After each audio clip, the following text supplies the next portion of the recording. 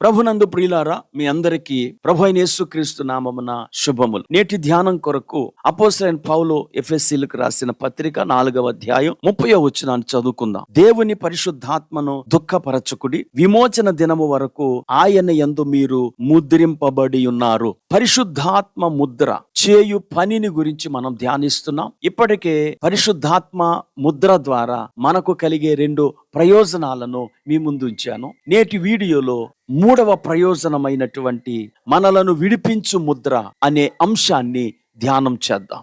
ఇక్కడ ముద్ర అంటే మనము క్రీస్తును రక్షకునిగా విశ్వసించినప్పుడు పరిశుద్ధాత్మ ద్వారా మనము ముద్రించబడతాం అని ఎఫెసీ 1:13లో చెప్పబడిన పరిశుద్ధాత్మ చేత ముద్రించబడుటను గూర్చినటువంటి విషయం ఇది. పరిశుద్ధాత్మ చేత ముద్రించబడుట మనలను చీకటి శక్తుల నుండి కాపాడుతుంది. ఈ విషయాన్ని మీరు గ్రహించకపోయినా మీరు అనుభవించి ఉంటారు. విడుదల కొరకు నా దగ్గరకు వచ్చిన వారు అనేక మంది తమ అనుభవాలను ఇలాగూ చెప్పారు. మేము చాలాసార్లు చెడు ఆలోచనలతో బాధపడుతున్నాము.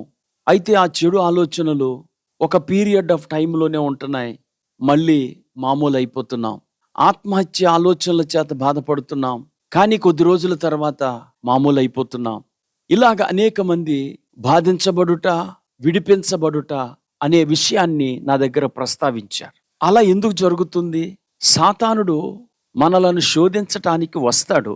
అయితే మనము పరిశుద్ధాత్మ చేత ముద్రించబడుట చూచి మనలను విడిచి పారిపోతాడు. వాని రాక మనకు శోధన కలిగిస్తే వాడి పోక మనకు విడుదలనిస్తుంది. సామెతల గ్రంథం 28వ అధ్యాయం 1వ వచనంలో ఎవడును తరమకుండానే దుష్టుడు పారిపోవును అని ఉంది. దుష్టుడు వచ్చాడు, అయితే ఎవరు తరమక్క లేకుండానే పారిపోయాడట.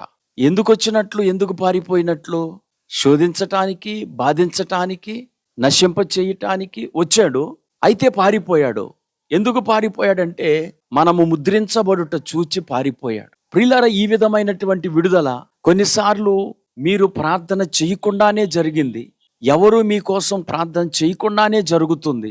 అంటే ఇది పరిశుద్ధాత్మ ద్వారా ముద్రించబడుటను సాతానుడు చూచి వెళ్ళిపోయాడు. ప్రియులారా, మనం చదువుకున్న మూలవాక్యములో కూడా ఈ విషయాన్నే అపోస్తలుడైన పౌలు ప్రస్తావించాడు. విమోచన దినము వరకు పరిశుద్ధాత్మ మనలను ముద్ర వేసి భద్రపరిచాడు. ఈ మాటలు వింటుండగా నా ప్రియ స్నేహితులారా, మనము దేవుని ఆత్మచేత ముద్రించబడ్డాము గనుక సాతాను యొక్క శోధనలకు భయపడనక్కర్లేదు.